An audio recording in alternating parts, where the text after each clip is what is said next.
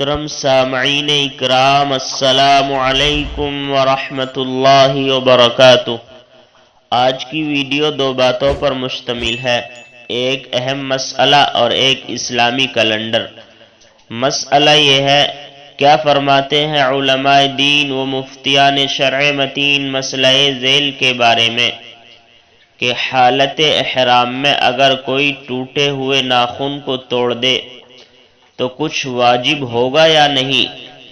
جواب: اگر کوئی حالت احرام میں ٹوٹے ہوئے ناخن کو توڑ دے تو اس سے کچھ بھی واجب نہیں ہوتا ہے، واللہ تعالی عالم بالصواب۔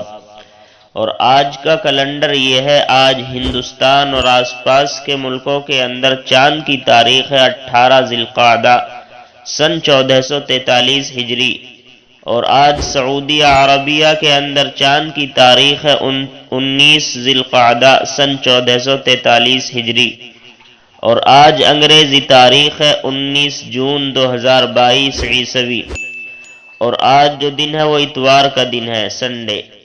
السلام علیکم۔